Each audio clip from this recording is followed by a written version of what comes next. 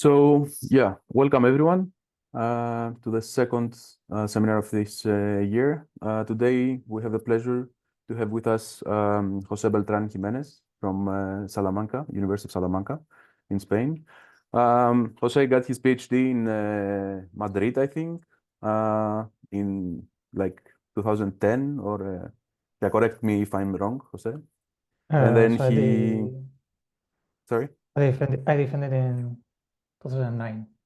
Okay, yeah, 2009. And then he passed through Geneva, Marseille, Madrid. I'm saying what I remember. And he's been in Salamanca since 2018, 2019, if I remember correctly. Yes. And today he will talk about on the evidence for elastic interactions in the dark sector. So Yeah, the floor is elastic, yours. not elastic. Ela- Okay. Yeah. Yeah, there's a misspelling here.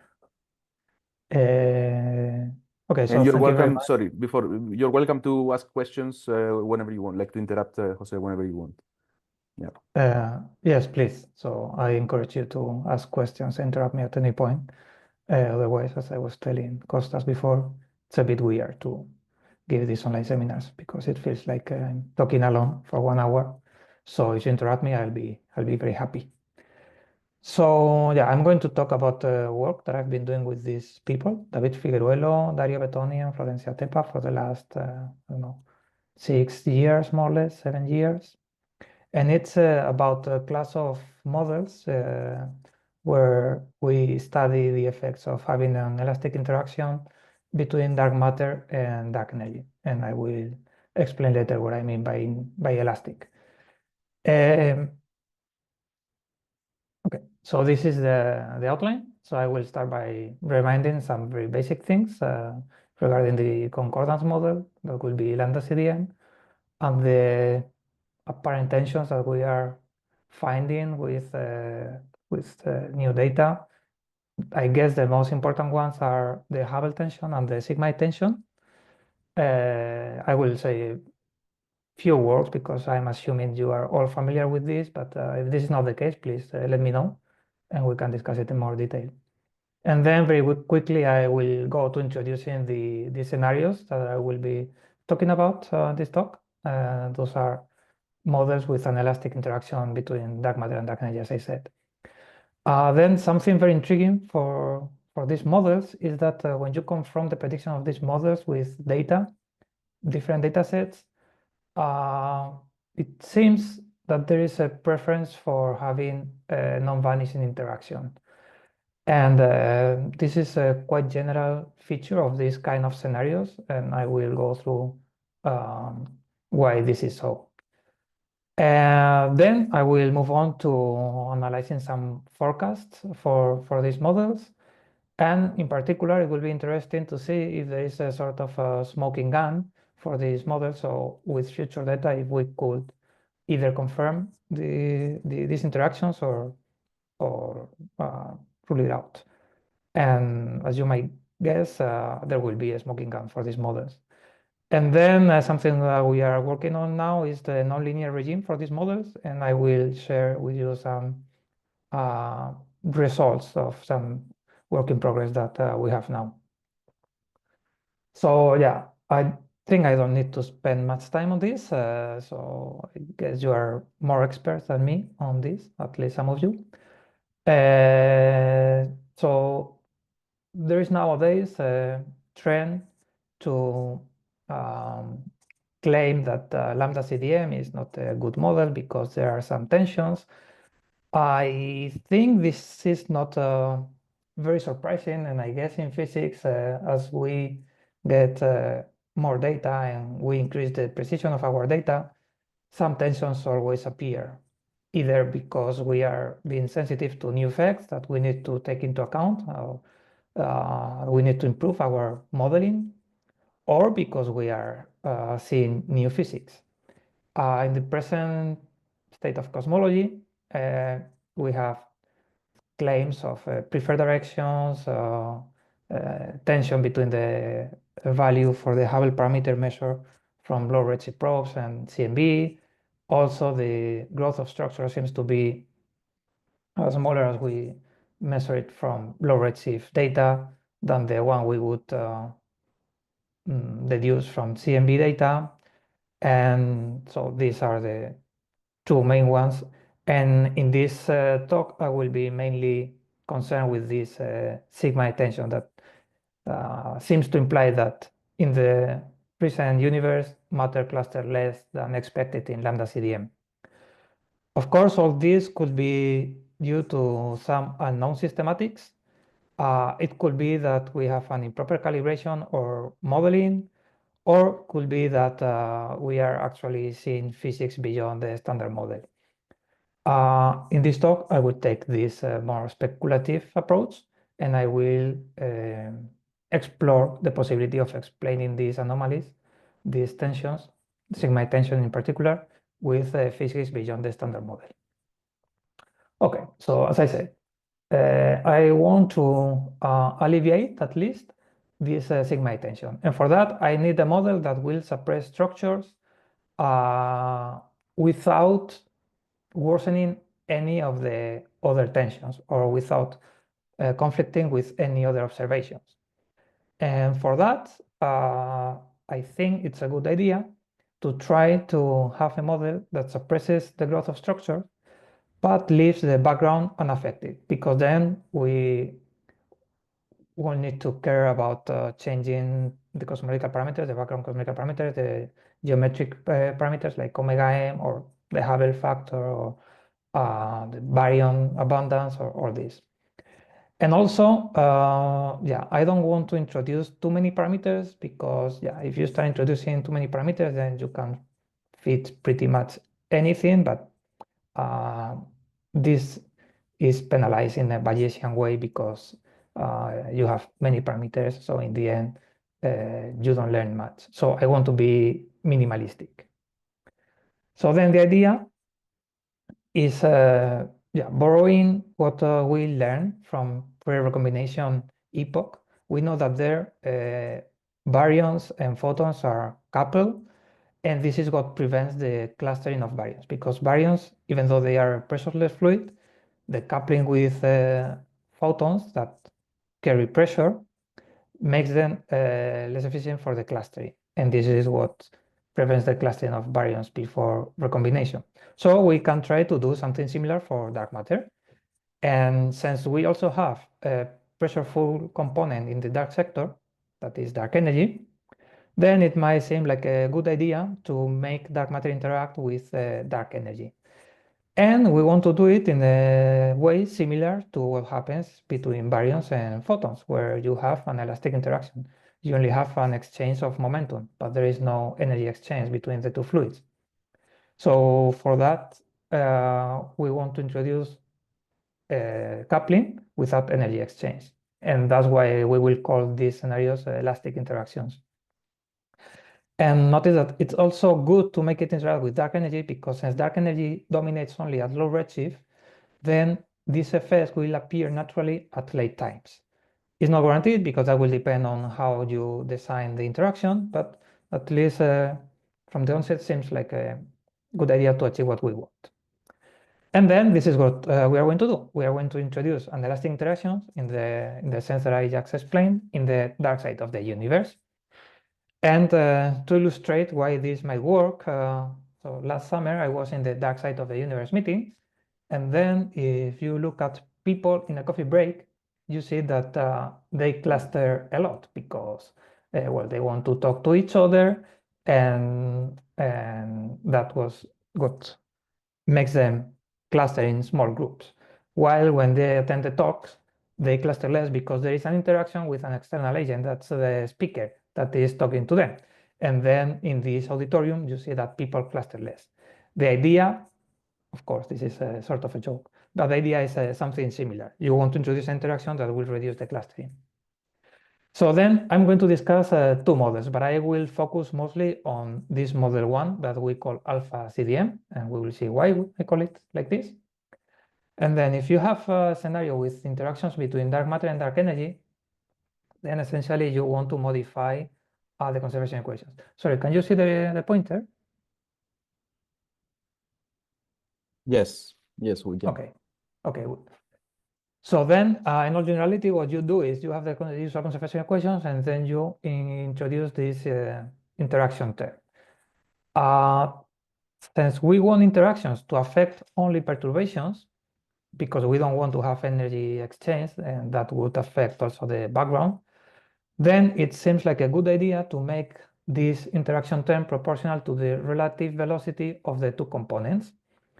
And why is that? Because since the cosmological principle guarantees that all the components will share the same rest frame at very large scales, and that means that all the fluids in the universe will have the same background for velocity, then this means that this Q can only be different from zero when you have peculiar velocities between components. And that only happens on small scales and at late times.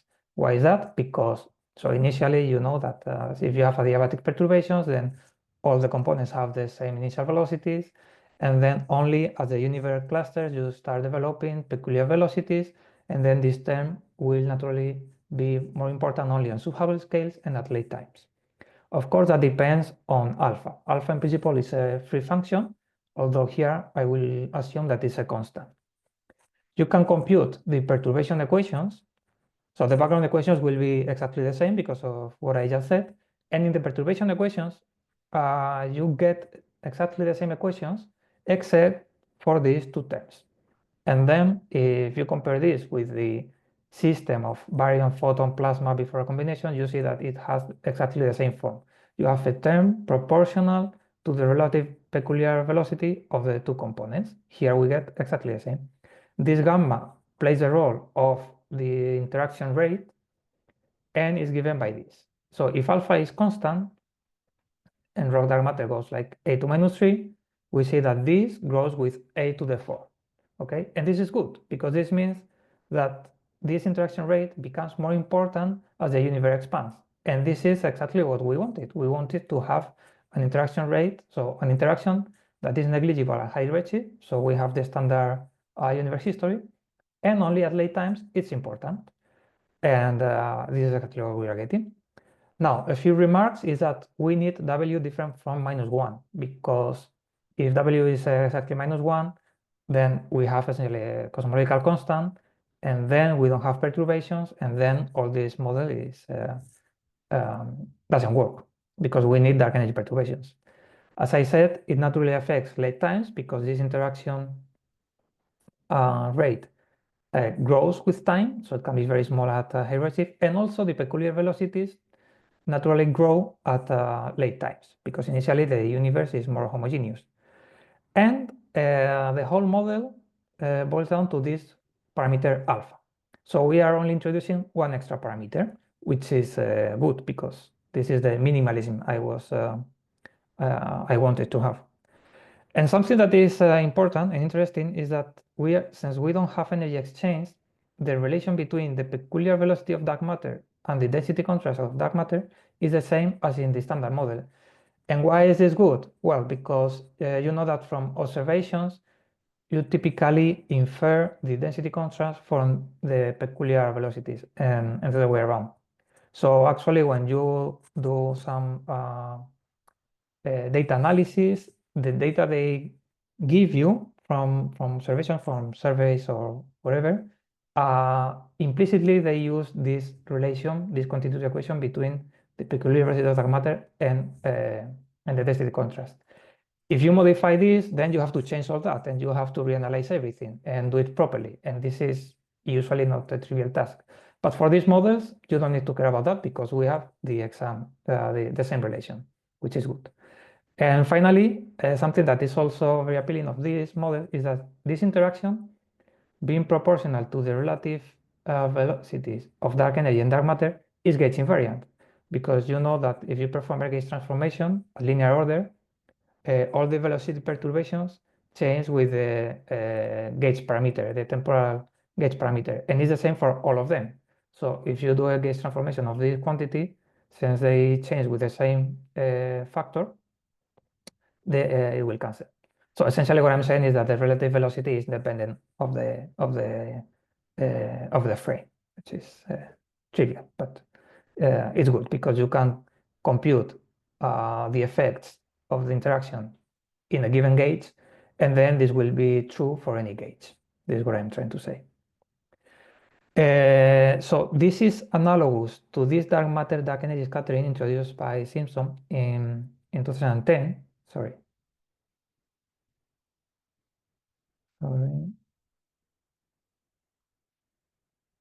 And the difference is that in this paper by Simpson, where he essentially introduces an elastic scattering very much like the Thomson scattering between baryons and photons. But then, as you know, baryons and photons at some point cease interacting, and then photons propagate freely, and you have the coupling, and so on. So the interaction is active up to some time, and after that time, the coupling time, then the interaction is irrelevant. Here we have the opposite. The interaction is relevant up to some point, up to some time, and then it's only relevant from that time on. So instead of having, if you want, the coupling, you have an undecoupling, if that's even a word. What I'm saying is that in the universe evolution, essentially you enter a coupling period rather than exiting a coupling period. Okay. Okay. So now we want to study the effects of this interaction, and then what one would expect is that at high redshift, the evolution will be as in the standard model, nothing will happen. But then when the interaction starts being efficient, then essentially this parameter gamma will become very large, and then this means that this term here will have to become small to maintain this within sensible values. So this is easy to understand because if you make dark energy and dark matter interact strongly, then essentially they will form a locked system, and then dark matter will tend to follow the flow of dark energy, or both fluids will tend to follow the same flow. So this means that dark matter and dark energy will tend to have the same velocity, and this is what we see in this plot. So you see that at the universe evolves, then we have that at low redshift, the peculiar velocity of dark matter and dark energy tend to be the same. On small scales, there is a difference because the interaction didn't have enough time to lock the system. And what is the effect on the density contrast? Well, since you are reducing the peculiar velocity of dark matter, this will induce a suppression of the density contrast. And this is what we see here. We see that, well, I don't know if you can see it, but for instance, look at this yellowish line. So grows like A, as in the standard model, until the interaction becomes relevant, and then from that point on, it freezes completely. So it ceases growing and it becomes constant. So essentially what is happening is that the density contrast of dark matter will grow like A, as in the standard model, and when interaction becomes efficient, then it will start feeling the pressure of dark energy. And the effect of this pressure is that the growth will cease, and it will keep the amplitude that it had when the interaction kicked in. Okay, so this is the sequence of things. Dark energy having pressure when the interaction becomes active, drag dark matter. Then this dragging reduces dark matter clustering because of the pressure of dark energy. Since you have less clustering of dark matter, that will reduce the gravitational waves that create the dark matter field, and this will reduce the clustering of baryons. And here I should warn you that we are only making dark matter interact with dark energy and not baryons. This is for good reasons, because if you have a new interaction with baryons, then you will be subject to more tighter constraints from solar system experiments, colliders, etc. So we are only making dark matter interact with dark energy. But since baryons cluster in the gravitational wells created by dark matter, then you will also reduce the clustering of baryons. Okay, I will say more about this later. Okay, so then, since all the effects are produced at low redshift.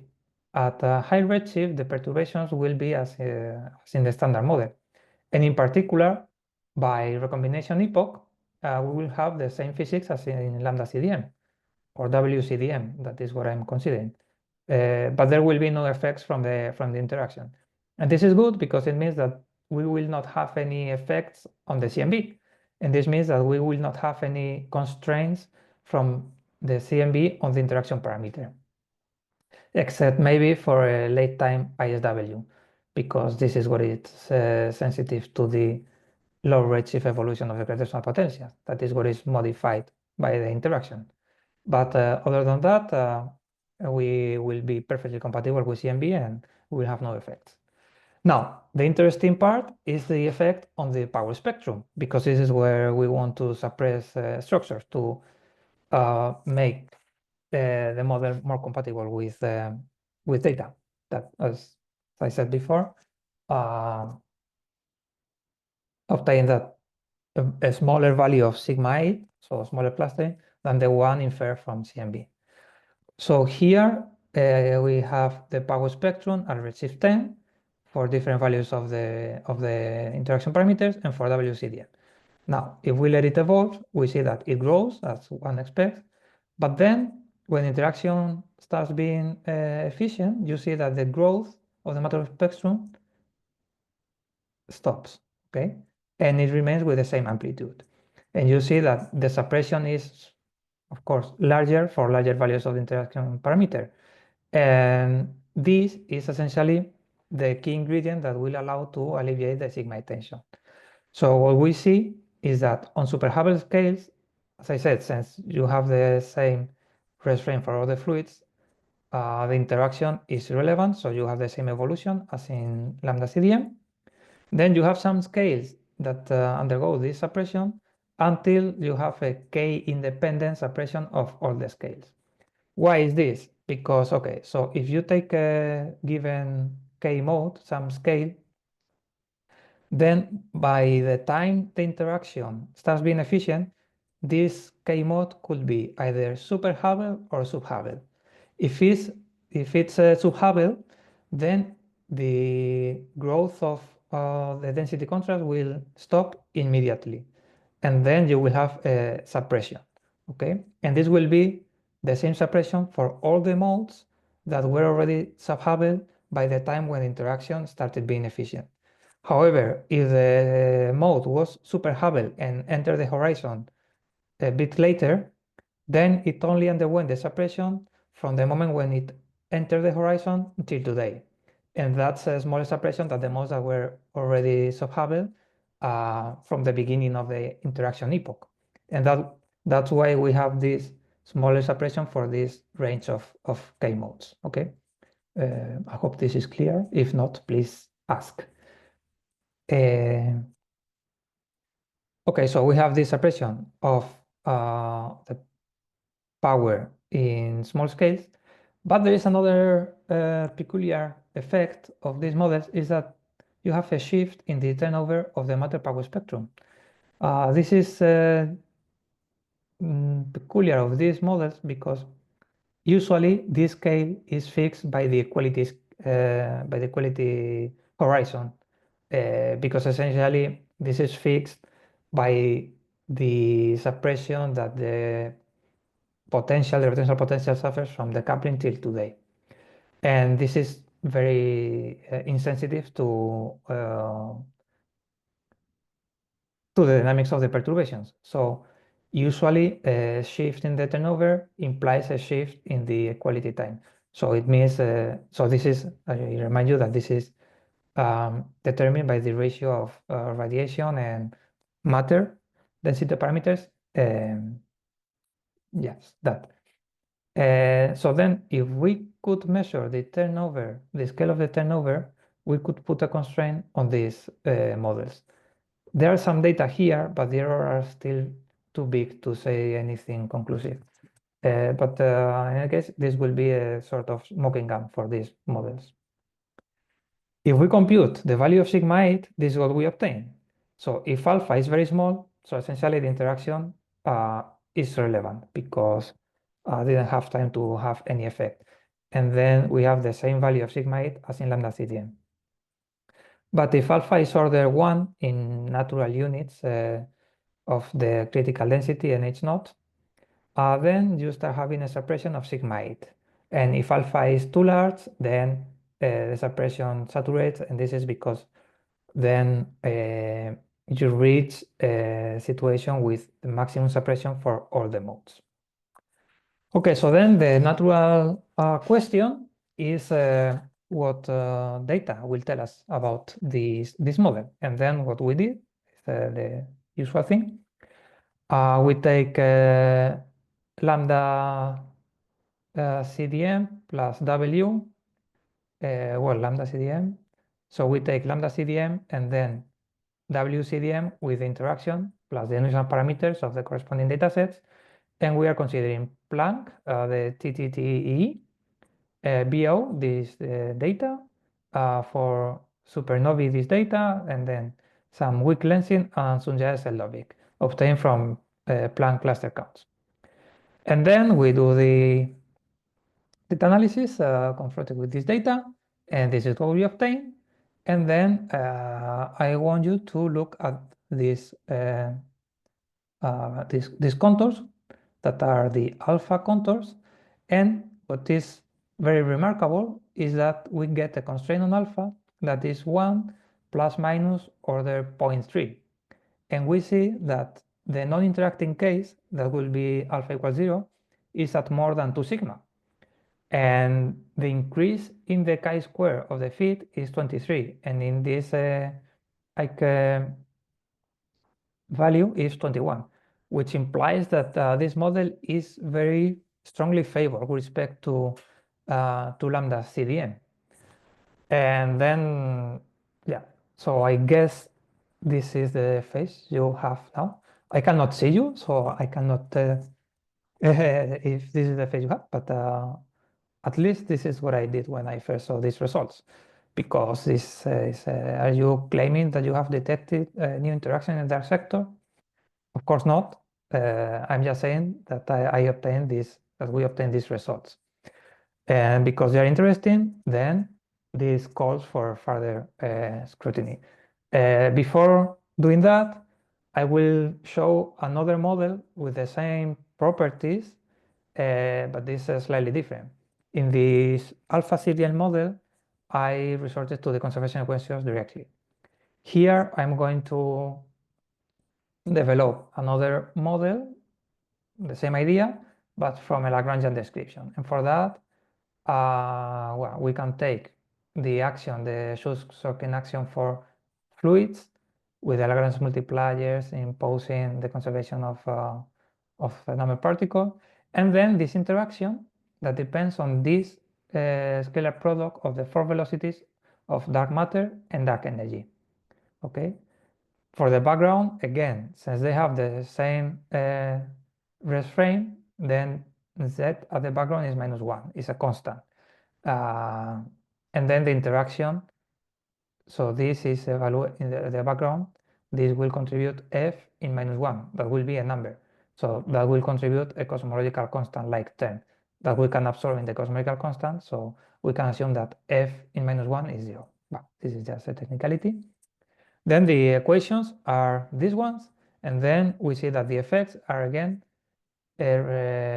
proportional to the relative motion. But here, instead of having a term that is proportional to the relative velocity, we have an additional term that is proportional to the relative acceleration, which is something new and different from the other model. What is interesting is that despite having an arbitrary function here, this function is arbitrary, since the interaction only depends on this derivative evaluated in the background, and in the background Z is -1, then this is a constant. So the whole class of interacting models is described by this constant parameter, which is also along the lines of what we wanted, of minimalism. So we have a whole class of theories, of models that are characterized by one single extra constant parameter, a linear order, of course. Then, these are the equations in the more standard variables. And then we need to define our dark energy sector, and we are going to use a cosmological constant plus a dark radiation component. Then we will have two parameters, the interaction B and the initial fraction of dark radiation. So here I'm showing this is the energy density of the background fluid. So it behaves as radiation at early times, and then it behaves like a cosmological constant. And then we have something very similar. So I will be very quick. The peculiar velocities of dark matter and dark energy will tend to be the same at low redshift and at late times. And this will induce a suppression of the density contrast. So the density contrast, when the interaction kicks in, stops growing and becomes constant. Very similar to alpha CDM.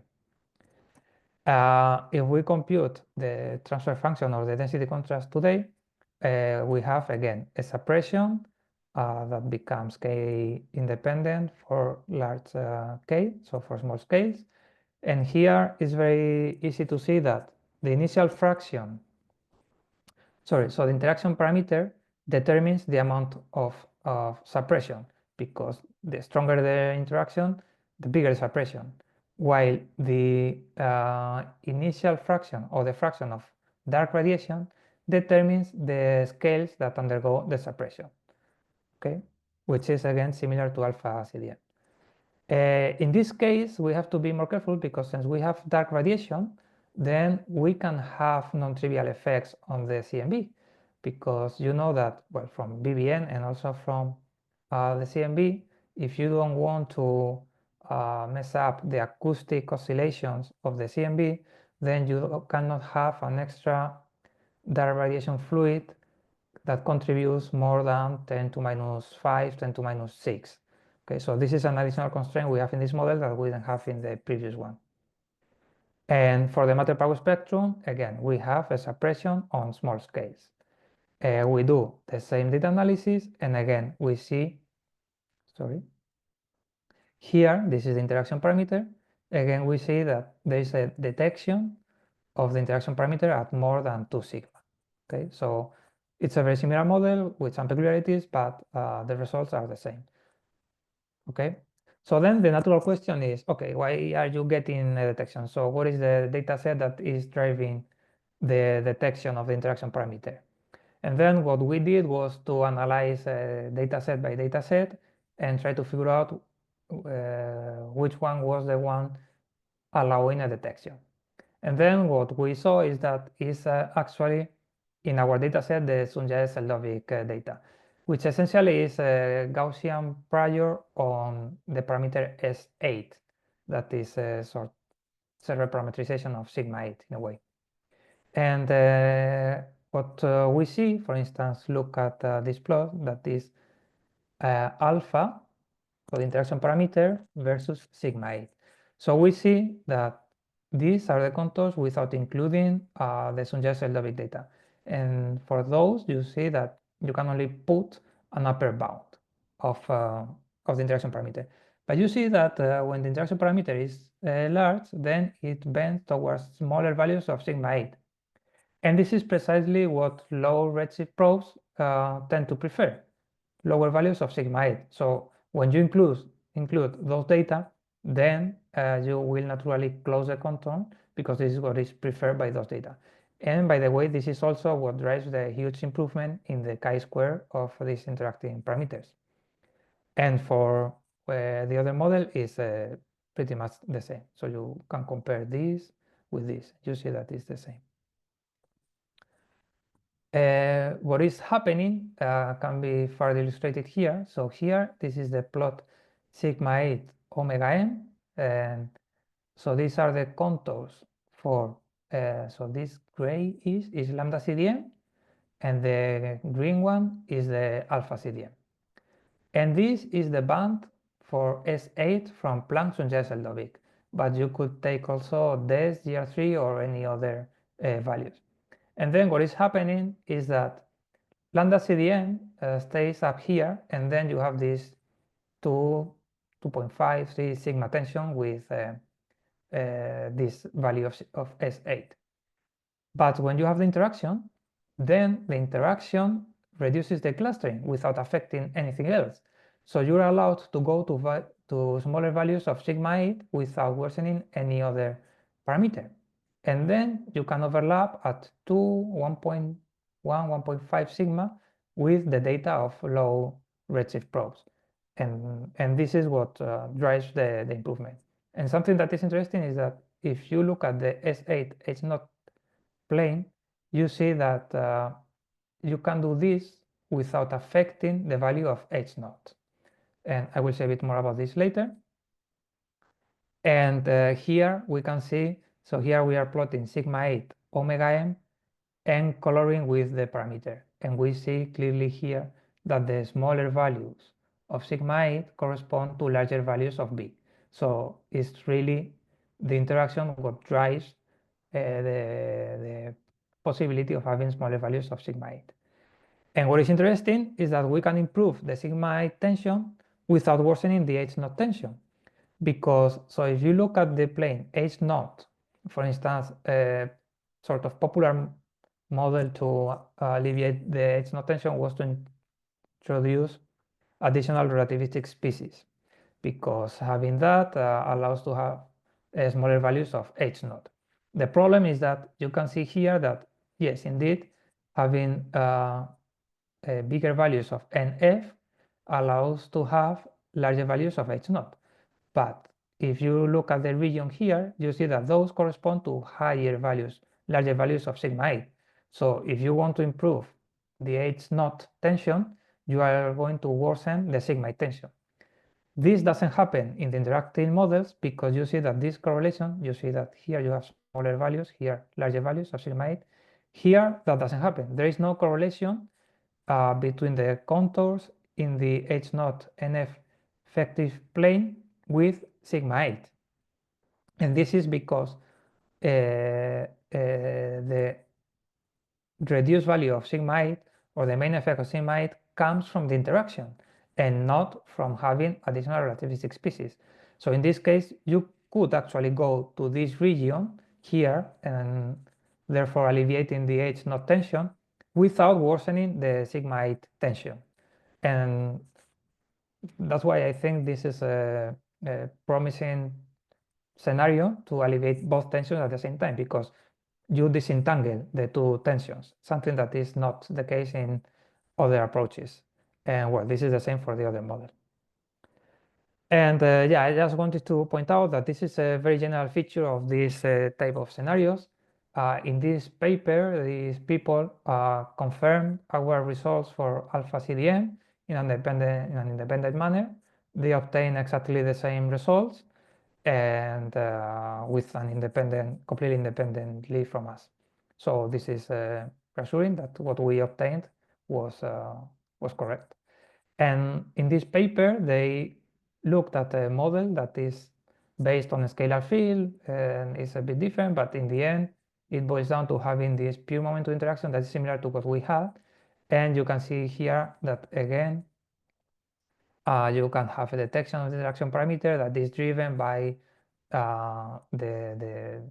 if you want, the Sunjaya-Seldovic from cluster counts of Planck or any other prior or value of S8 that you could consider. And in this model, they have again considered a similar scenario, and again, they have obtained similar results. So this seems to be a very general feature of these scenarios with momentum interaction.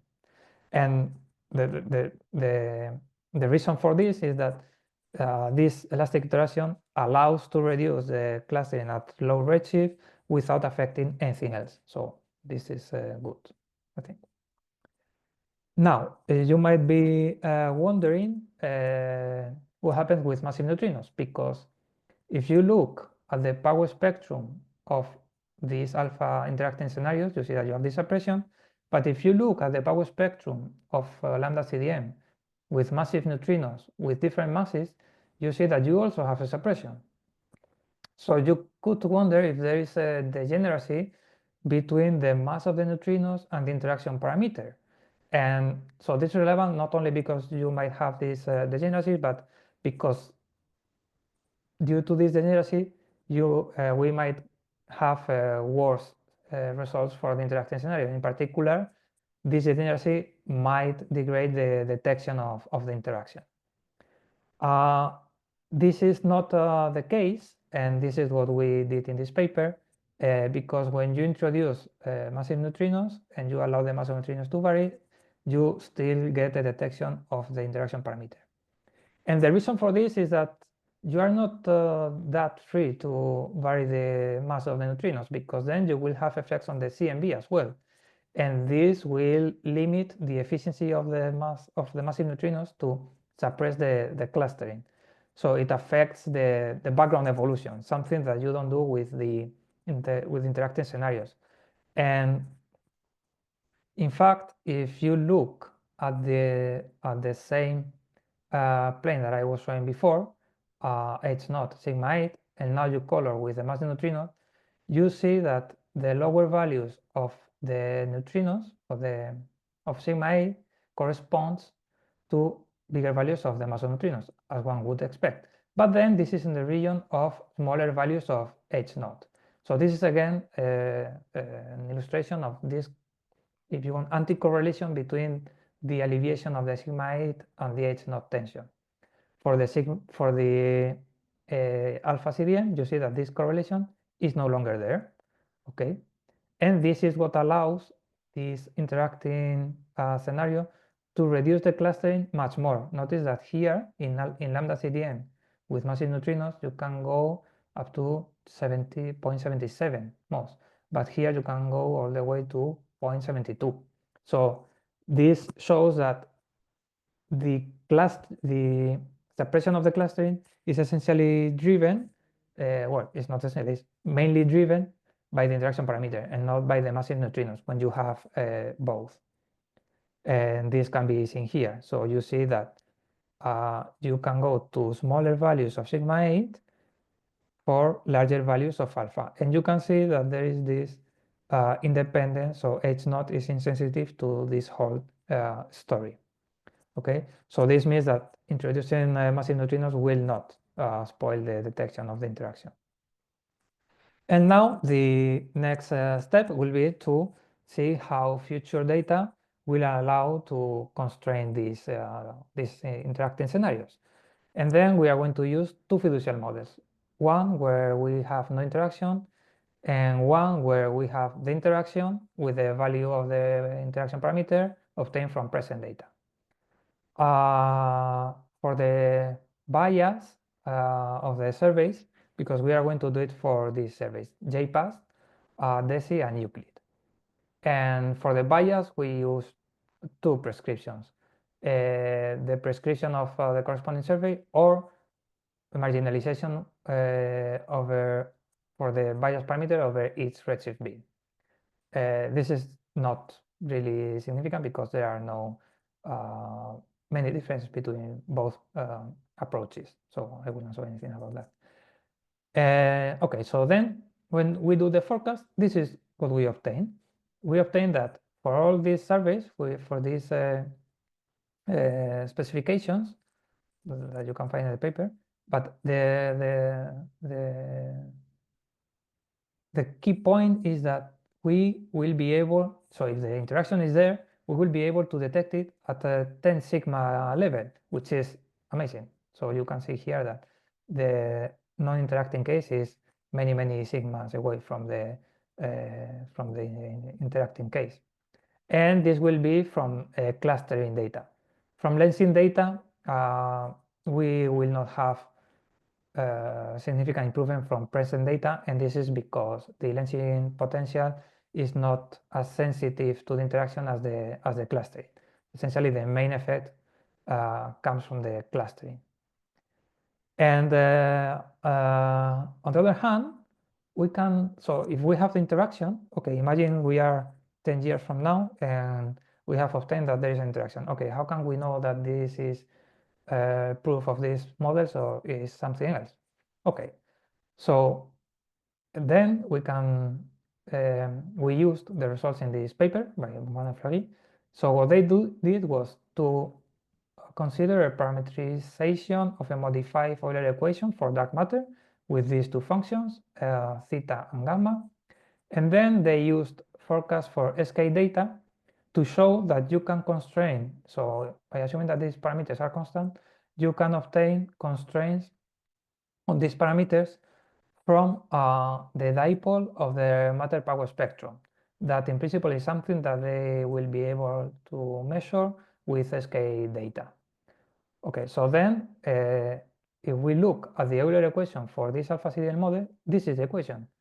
And then if the dark energy velocity is much smaller than the dark matter velocity, which is what happens, we corroborated this from our numerical solutions, then we can approximate this by minus gamma V, which is exactly of this form. So essentially, what we are doing is having this modified Euler equation with gamma equals 0 and this theta given by this.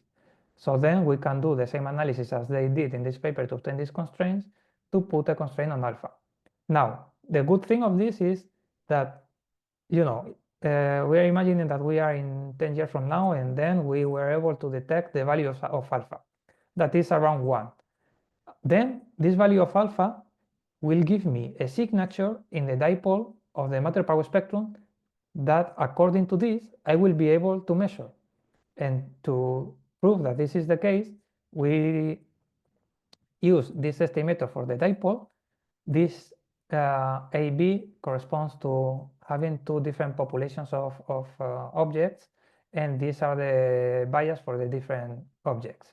This is the magnification bias, evolution bias, and this is the parameter, this one here, and this is the power spectrum. So the idea is that by looking at two different populations with two different bias factors, you will be sensitive to this parameter. And then we used well, two scenarios, because here I come back to the issue of baryons. Only dark matter interacts with dark energy, and when we look at a galaxy, so in galaxy surveys, we look at galaxies, and from galaxies we need to infer the gravitational potential of the density of the dark matter density field. Now, for this, we usually assume that galaxies are good tracers of the velocity field or the density field of dark matter. But now here, since dark matter interacts with dark energy, but baryons do not, one might think that there is an additional bias between the position or the density peaks of baryons and dark matter. So we take two approaches. One in which galaxies are good tracers of dark matter, and one where galaxies are traces of the gravitational potential only. Our intuition was that galaxies are good tracers of dark matter, and this is because galaxies form at high redshift much before the interaction was efficient or effective. So galaxies will form at the bottom of the gravitational potentials created by dark matter. And once the galaxy has formed, it will be attached, and when it has realized together with dark matter, it will be attached to the dark matter halo, and then it will follow the dark matter halo. So then it will be a good tracer of dark matter. Okay, so in any case, this is what we obtain for the forecast for SKA, and we can see that we will be able to measure also alpha with this precision, except for the case where we assume that galaxies follow the gravitational potential and not dark matter. But if galaxies are good tracers of the dark matter velocity field, then we will be able to see it also in the dipole of the matter power spectrum. And again, this is a smoking gun, because if we measure the value of alpha from clustering, for instance, then we will be able to see this effect in the dipole of the power spectrum, and the values will be the same. So if either we don't see it in the dipole of the matter power spectrum or the value is different, then we can rule out the whole scenario, okay? And the effect on the dipole of the matter power spectrum is very it's a signature of this type of models, because it's a signature of this type of modification of the Euler equation that in general you don't have. Okay, this is actually because of the momentum exchange. Now, the nonlinear regime, and something good of these models is that since it's very simple, the implementation in embodied codes is also very simple, because we have dark matter, we have the usual equation with interaction, the usual Newtonian force between dark matter particles, and then this extra force for the dark matter particles. And to distinguish from baryons, well, for baryons, we don't have this force. So we modified the embodied code with two populations of particles. Population 1 that will be dark matter with this interaction, with this extra force, and population 2 that will describe baryons without the extra force. Then we use the same initial conditions as in lambda CDM, because the initial conditions are set at high redshift where there are no effects from the interaction. And then we obtain the nonlinear power spectrum. And something interesting is that, so we modified Ramses, and we corroborated that the halo fit of class reproduces very well the nonlinear power spectrum of the interacting scenarios, because halo fit is in principle developed for lambda CDM, so it was not clear from the beginning that it would also reproduce the nonlinear power spectrum of the interacting model. But we corroborated, we checked that in fact it does reproduce the nonlinear power spectrum. This is the evolution of the formation of dark matter halos, and then this is for alpha CDM, this is for lambda CDM at different redshifts, and then we see that low redshift in lambda CDM, you see these bubbles here that correspond to massive halos, are more abundant than in alpha CDM. And this makes sense because the interaction prevents the formation of halos at late times. And if we count the halos with a given mass, this is what we see. And this black line is the histogram for dark matter, and the red is for the interacting scenarios. And you see that as you get more massive, the halo gets more massive, then you get fewer halos. And finally, here I'm showing the density field of the dark matter in this purple-ish color. This is the dark matter density for lambda CDM, and this is for alpha CDM. So first of all, by naked eye, you can see that here you have more structures than here, which is what we expected again. But then what is more important and interesting and is that these yellow contours that correspond to the density field of baryons in alpha CDM tend to concentrate on the high density peaks of dark matter, which is what I was saying before, that the intuition was that galaxies form at the bottom of the gravitational potential of the dark matter at early times, and once the galaxy has formed and realized with the dark matter halo, then it will remain attached to it, and this is what we see in this plot. And with this I finish. So I hope I made the case that this elastic of pure momentum or pure momentum interactions make an interesting scenario for the Humanite tension, and not only for that, but also for the Hubble tension, because as I explained, it allows to disentangle both tensions. So if you have these these elastic scenarios, and you combine it with a scenario that alleviates the Hubble tension, then you can alleviate both tension at the same time, because you will not have this anticorrelation between the sigmoid and the Hubble tensions. Something very interesting is that there are clear predictions that we will be able to confront with future data, and we even have a smoking gun from the matter power spectrum dipole. Something that I like a lot of these scenarios is that they are extremely simple and minimalistic. So not only everything boils down to studying the dependence with one extra parameter, but also the modifications of numerical codes, class, camp, or Ramses, is very simple, because the modification in the equations are as again, minimalistic, and then it's very easy to see deviations. It's also interesting because despite the simplicity of these scenarios, you have very distinctive features. Like, for instance, you might have, so the fact that baryons and dark matter will see different, if you want, forces, because dark matter will be subject to the interaction with dark energy, and they will be sensitive to the pressure that will prevent the clustering and all that, while baryons will have the standard evolution. You might come up with new, if you want, observables that will allow you to test lambda CDM itself, because you can design new tests. Of course, we need more careful confrontation with data, especially with the latest data sets and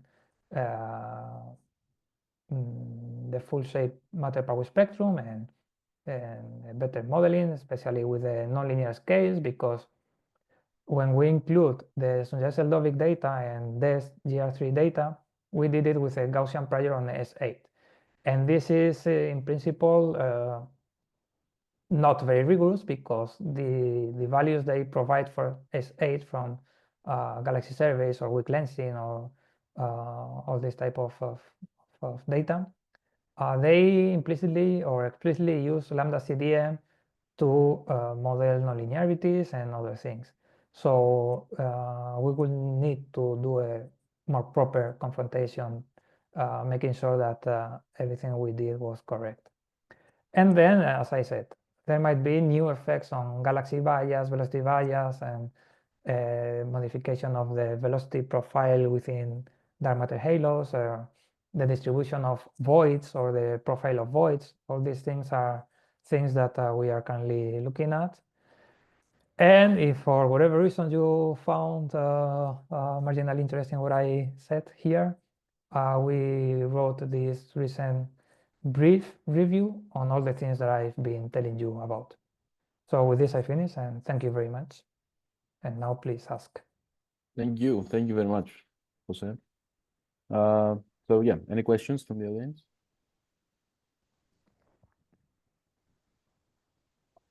Could I ask something? Sure, yeah, go ahead. So very interesting talk. It was very nice to see how the model as you said, how it disentangles these two tensions. I wanted to ask actually about the BAO data set. Does that involve the latest DESI output, the latest DESI release? Because there was that W naught WA tension. I wonder. I imagine this would have a big impact on the model. I don't know. Okay. Yeah, so actually it was last week or a couple of weeks ago that we ran the first MCMC with the newest data, because this is the work we've been doing for the last 6 years. So by the time when we performed this analysis, those data were not available. This being said, so our preliminary results show no significant differences with what we already obtained. And the reason is, again, that the model is oblivious to the background. So the effects of the interaction on the background evolution is zero. I don't know if I answered your question. No, and again, very, very interesting model and talk. So thank you. Very good. Thank you. Yeah, please, Yantan.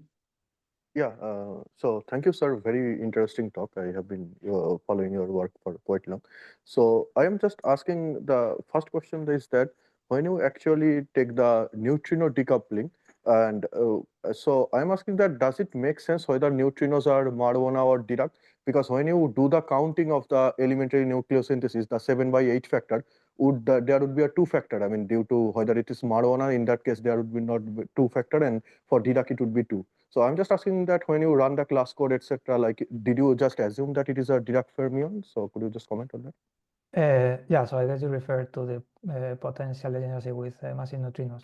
So yeah, we did the simplest and I think more standard approach of keeping only, so with the standard hierarchy, and then letting one of the masses vary. So yeah, I know there are different ways of making the mass of the neutrinos vary, and yeah, as you said, depends on the type of neutrinos and all this. We did like the simplest analysis. I don't think there will be big differences if you change the neutrino sector regarding the degeneracy with the interaction. And the reason is what I said, because most of the suppression of the clustering will come from the interaction. And if you try to mess up with the neutrinos, then you will have additional effects on the CMB that will give you tighter constraints. So I wouldn't expect big differences with other massive neutrino scenarios. Yeah, I think difference is very small, but still, like I thought that it is interesting that for Madonna, I mean, you get only one mode and it is still massive. Yeah. And second question is about you only took care of the primordial perturbations on the scalar level, like on the tensor level. So I guess there are very tight constraints on the epsilon2 on the scalar tensor ratio and others from the one. So could you just comment on the tensor perturbation, like could you explain the B modes, etc., like or scalar tensor ratio in general, like which is quite small. So that's what I was just wondering. Yeah. So again, these models only affect the scalar perturbations at late times. Tensor perturbations are not affected at linear order, and there might be effects on vector perturbations, but they usually tend to decay. So this is something we want to look at, but we don't expect big differences there either. Although again, this is something to be checked. But for the primordial spectrum, so again, so there are no effects on the tensor to scalar ratio, and the values will be the same as in lambda CDM, with no correlation with the interaction parameter. Thank you very much, sir. And maybe just a last comment, I mean, not a question. So if you can tell that if for FQ gravity or anything, like if somebody wants to do perturbation, what would be the decomposition? Like the Christoffel symbol, there is no connection as such. Like what would be the Hodge decomposition and the metric decomposition? So could you have any comment on, say, if I want to do in the non-metricity setup, if I want to decompose the scalar tensor, etc., perturbation, so what would be the, say, like Bardeen potential, like gauge invariant potential, like etc. would be? So if you have some comments on that, thank you. Okay, so this was a big jump, no?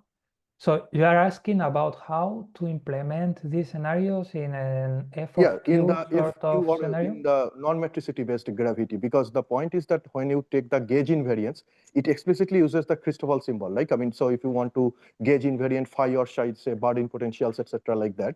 So I'm just asking for non-metricity scenario, is there a gauge independent way of decomposing the scalar part and the vectors part, etc.? So I'm not sure I understand the question. So okay.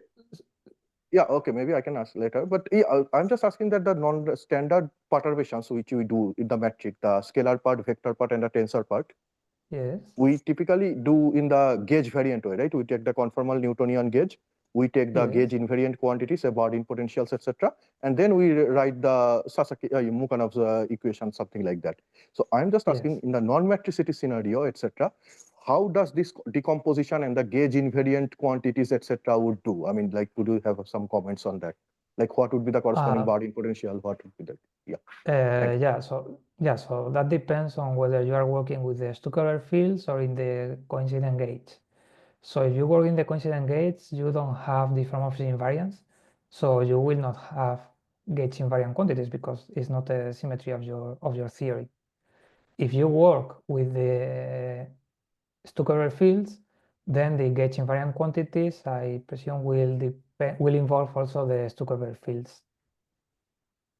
Okay, sir. Okay. Thank you very much, sir. Again, pleasure You're to welcome. hear it. Yeah, thank you. Is there any other question?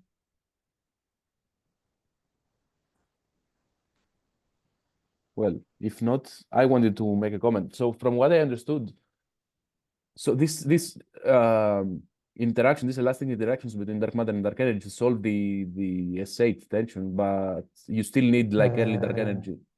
Like not solve it, like alleviate, let's say. I don't like to make big claims. Well, yeah. So Okay, you don't. I just presented the results that we obtained. Sure. But yeah, so Okay, tend to, let's say, alleviate the they provide a promising scenario. Okay, still okay. Yeah, Yeah. I rephrase, let's say. But No, it's perfectly fine. But just yes. You still need like early acceleration to or something to in order to explain the H naught, right?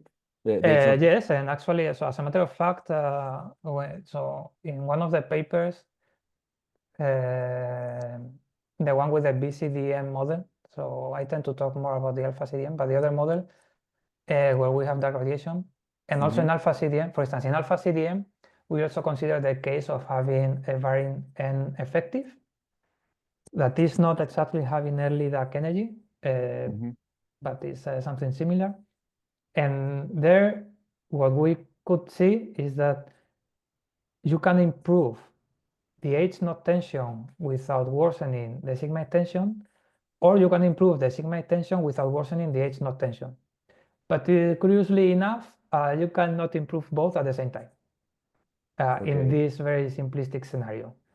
Now, what you ask is very is relevant, and actually something we are looking at now.